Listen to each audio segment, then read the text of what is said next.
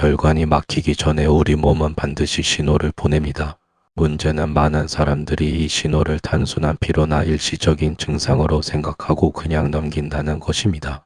하지만 혈관은 갑자기 막히는 것이 아니라 오랜 시간에 걸쳐 서서히 좁아지다가 어느 순간 위험한 상태에 도달하게 됩니다. 이 과정에서 몸은 여러 가지 변화를 통해 경고를 보내지만 대부분은 그 의미를 제대로 알지 못한 채 지나가게 됩니다. 특히 주의해야 할 점은 이런 초기 신호들이 단순한 불편함이 아니라 심각한 질환으로 이어질 수 있다는 것입니다. 혈관이 계속 좁아지면 결국 혈류가 막히면서 심장이나 뇌로 가는 산소 공급이 차단될 수 있습니다. 이때 발생할 수 있는 대표적인 질환이 바로 심근경색과 뇌졸중입니다. 이 두 질환은 갑작스럽게 발생하는 것처럼 보이지만 실제로는 그 전에 이미 몸에서 여러 번 신호를 보내고 있었던 경우가 많습니다. 예를 들어 평소보다 쉽게 피로해지거나 조금만 움직여도 숨이 차고 손발이 자주 차갑거나 저리는 증상이 반복된다면 단순한 체력 문제가 아니라 혈액순환과 관련된 변화일 가능성을 생각해 볼 필요가 있습니다. 또한 이유 없이 어지러움을 느끼거나 집중력이 떨어지는 경우도 혈류 흐름과 관련된 신호일 수 있습니다. 중요한 것은 이런 증상이 강하게 나타나는지가 아니라 얼마나 자주 반복되는지입니다. 대부분의 위험 신호는 갑작스럽게 심하게 나타나기보다 자꾸 미묘한 변화로 시작됩니다. 그래서 오히려 더 쉽게 무시되기 쉽습니다. 하지만 이 작은 신호들을 놓치게 되면 결국 더 큰 문제로 이어질 수 있습니다. 이번 영상에서는 혈관이 막히기 전에 나타나는 초기 신호 7가지를 하나씩 정리해 드립니다. 지금 내 몸 상태를 점검해 보는 기준으로 활용해 보시기 바랍니다. 첫 번째 신호는 조금만 움직여도 숨이 쉽게 차는 증상입니다. 예전에는 가볍게 걸어도 괜찮았는데 요즘 들어 계단을 오르거나 짧은 거리만 걸어도 숨이 차고 금방 지친다면 단순한 체력 저하로만 보기는 어렵습니다. 우리 몸은 산소를 혈액을 통해 전달하는데 혈관이 좁아지거나 혈류 흐름이 원활하지 않으면 필요한 만큼의 산소가 제대로 공급되지 않게 됩니다. 그 결과 조금만 움직여도 몸이 빠르게 피로해지고 호흡이 가빠지는 현상이 나타날 수 있습니다. 특히 이런 증상이 반복되거나 점점 심해진다면 반드시 주의가 필요합니다. 두 번째 신호는 손발이 자주 차갑고 저리는 증상입니다. 손과 발은 심장에서 가장 먼 말초 부위이기 때문에 혈액순환 상태가 가장 먼저 반영되는 곳입니다. 평소보다 손발이 쉽게 차가워지거나 찌릿찌릿한 저림이 자주 느껴진다면 혈류가 말초까지 원활하게 전달되지 않고 있을 가능성을 생각해 볼 수 있습니다. 특히 같은 자세로 오래 있지 않았는데도 이런 증상이 반복된다면 단순한 일시적인 현상이 아니라 혈관의 수축이나 흐름 저하와 관련된 신호일 수 있습니다. 중요한 것은 이 두 가지 증상이 따로 나타나는 것이 아니라 함께 나타나는 경우가 많다는 점입니다. 숨이 쉽게 차면서 동시에 손발이 차갑거나 저린 느낌이 있다며 몸 전체의 혈액 흐름이 일정하지 않은 상태일 가능성이 더 높아집니다. 이 단계에서 가장 중요한 것은 참는 것이 아니라 패턴을 확인하는 것입니다. 언제 이런 증상이 나타나는지, 어떤 상황에서 더 심해지는지를 관찰하는 것만으로도 내 몸 상태를 파악하는 데 큰 도움이 됩니다. 세 번째 신호는 이유 없이 반복되는 어지러움입니다. 갑자기 일어설 때 잠깐 어지러운 정도는 누구나 경험할 수 있지만 특별한 이유 없이 자주 어지러움을 느끼거나 가만히 있어도 머리가 띵한 느낌이 반복된다면 단순한 현상으로 넘기기 어렵습니다. 우리 뇌는 몸에서 가장 많은 산소를 필요로 하는 기관이기 때문에 혈류가 조금만 불안정해져도 바로 영향을 받게 됩니다. 혈관이 좁아지거나 혈액 흐름이 일정하지 않으면 뇌로 가는 산소 공급이 순간적으로 부족해지면서 어지러움이 나타날 수 있습니다. 특히 이런 증상이 자주 반복되거나 점점 빈도가 늘어난다면 반드시 주의 깊게 살펴볼 필요가 있습니다. 네 번째 신호는 두통과 집중력 저하가 함께 나타나는 경우입니다. 단순한 피로나 스트레스로도 두통이 생길 수 있지만 평소보다 머리가 무겁고 멍한 느낌이 자주 들거나 집중이 잘 되지 않는 상태가 반복된다면 혈류 흐름과 관련된 가능성을 생각해 볼 수 있습니다. 뇌로 가는 혈액 공급이 원활하지 않으면 산소와 영양 전달이 충분하지 않게 되고 그 결과 두통뿐만 아니라 집중력 저하, 판단력 감소와 같은 변화가 함께 나타날 수 있습니다. 중요한 점은 이 두 가지 신호가 갑작스럽게 심하게 나타나는 것보다 일상 속에서 반복적으로 나타나는 것에 더 의미가 있다는 것입니다. 처음에는 가볍게 느껴지지만 점점 익숙해지면서 무시하기 쉬운 증상이기 때문에 더 위험할 수 있습니다. 특히 어지러움과 두통, 집중력 저하가 함께 이어진다면 단순 피로로 넘기지 말고 몸의 흐름을 한번 점검해 보는 것이 중요합니다. 결국 몸은 계속해서 같은 방식으로 신호를 보내고 있습니다. 다만 우리가 그것을 얼마나 빨리 알아차리느냐가 이후 상태를 크게 바꿀 수 있습니다. 다섯 번째 신호는 가슴이 답답하거나 눌리는 느낌입니다. 많은 사람들이 이 증상을 단순한 소화불량이나 스트레스 때문이라고 생각하고 넘기는 경우가 많습니다.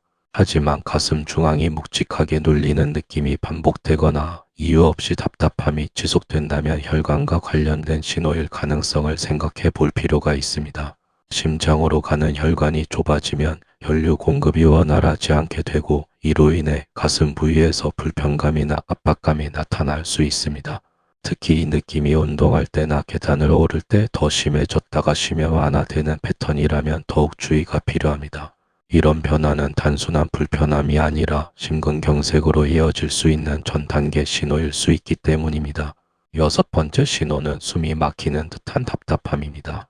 깊게 숨을 쉬어도 시원하지 않거나 갑자기 숨이 꽉 막힌 느낌이 들 때가 있다면 단순한 호흡 문제로만 보기 어렵습니다. 혈관이 좁아지면 산소를 운반하는 혈류가 충분하지 않게 되고 그 결과 몸은 더 많은 산소를 요구하게 됩니다. 이 과정에서 호흡이 불편해지거나 숨이 차는 느낌이 나타날 수 있습니다. 특히 아무런 활동을 하지 않는 상태에서도 이런 증상이 반복된다면 몸의 산소 공급 체계에 문제가 생기고 있다는 신호일 수 있습니다. 중요한 점은 이 두 가지 증상이 함께 나타나는 경우입니다. 가슴이 답답하면서 동시에 숨이 막히는 느낌이 동반된다면 단순한 피로나 스트레스가 아니라 심장과 혈관의 흐름을 반드시 의심해 볼 필요가 있습니다. 많은 경우 이런 초기 신호를 무시하다가 갑작스러운 상황으로 이어지는 경우가 있기 때문에 반복되는 패턴이 있다면 가볍게 넘기지 않는 것이 중요합니다. 몸은 이미 여러 번 신호를 보내고 있습니다. 그 신호를 알아차리는 것이 가장 중요한 시작입니다. 일곱 번째 신호는 다리가 자주 붓거나 저리는 증상입니다.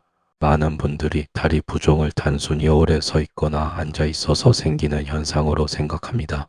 물론 일시적인 부종은 누구에게나 나타날 수 있지만 특별한 이유 없이 반복되거나 한쪽 다리만 유독 붓는다면 반드시 주의가 필요합니다.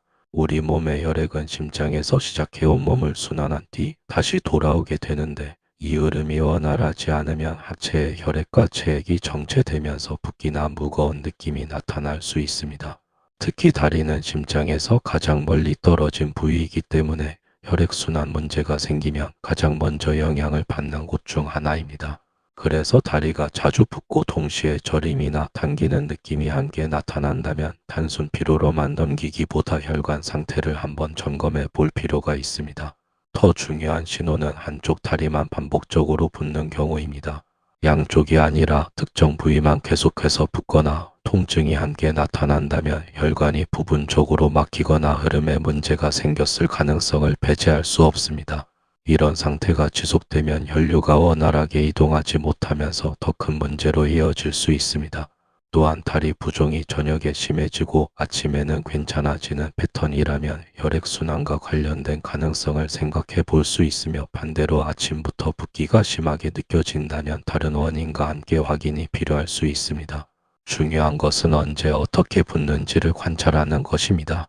결국 이 신호는 단순한 불편함이 아니라 몸 전체 흐름이 느려졌다는 중요한 힌트일 수 있습니다. 특히 앞에서 설명한 다른 증상들과 함께 나타난다면 혈관 건강을 반드시 한번 점검해 보는 것이 중요합니다. 지금까지 살펴본 신호들을 다시 정리해 보면 우리 몸은 혈관이 막히기 전 다양한 방식으로 경고를 보내고 있습니다. 조금만 움직여도 숨이 차는 증상, 손발이 차갑고 저리는 느낌, 이유 없이 반복되는 어지러움, 두통과 집중력 저하, 가슴이 답답하거나 눌리는 느낌, 숨이 막히는 듯한 불편함, 다리 부종과 저림. 이 신호들은 각각 따로 나타날 수도 있지만 실제로는 여러 개가 함께 나타나는 경우가 많습니다. 중요한 것은 하나의 증상이 아니라 여러 신호가 동시에 반복되는 패턴입니다. 혈관은 우리 몸 전체를 연결하는 통로이기 때문에 한 곳에서 문제가 생기면 결국 다른 부위에도 영향을 주게 됩니다. 처음에는 손발 저림이나 피로처럼 가벼운 증상으로 시작하지만 시간이 지나면서 점점 범위가 넓어지고 강도가 커질 수 있습니다. 이 과정을 그대로 방치하게 되면 결국 혈관이 좁아지고 막히면서 심각한 상태로 이어질 가능성이 높아집니다. 특히 주의해야 할 점은 이러한 변화가 갑자기 나타나는 것이 아니라 조용히 서서히 진행된다는 것입니다. 그래서 많은 사람들이 심각성을 느끼지 못한 제 일상 속에서 계속 반복하다가 어느 순간 갑작스러운 상황을 맞이하게 됩니다. 혈관이 완전히 막히게 되면 심장으로 가는 혈류가 차단되면서 심근경색으로 이어질 수 있고, 뇌로 가는 혈류가 막히면 뇌졸중으로 이어질 수 있습니다. 이 두 질환은 단순한 불편함이 아니라 생명과 직결되는 위험한 상태이기 때문에 그 전에 나타나는 신호를 알아차리는 것이 무엇보다 중요합니다. 결국 핵심은 하나입니다. 몸은 이미 답을 알려주고 있다는 점입니다. 지금까지 설명한 신호들이 있다면 가장 중요한 것은 불안해하는 것이 아니라 정확하게 확인하는 것입니다. 몸의 상태는 감각만으로 판단하기보다 반복되는 패턴을 기준으로 점검하는 것이 더 중요합니다. 가장 먼저 확인해야 할 기준은 증상이 얼마나 자주 반복되는지입니다. 일시적으로 한번 나타나는 것은 큰 문제가 아닐 수 있지만, 비슷한 증상이 계속해서 반복된다면 몸의 흐름이 일정하지 않다는 신호일 수 있습니다. 예를 들어 일주일에 여러 번 같은 증상이 나타난다면 단순한 피로로 넘기기보다 한 번쯤 점검해 보는 것이 좋습니다. 두 번째는 여러 증상이 동시에 나타나는지입니다.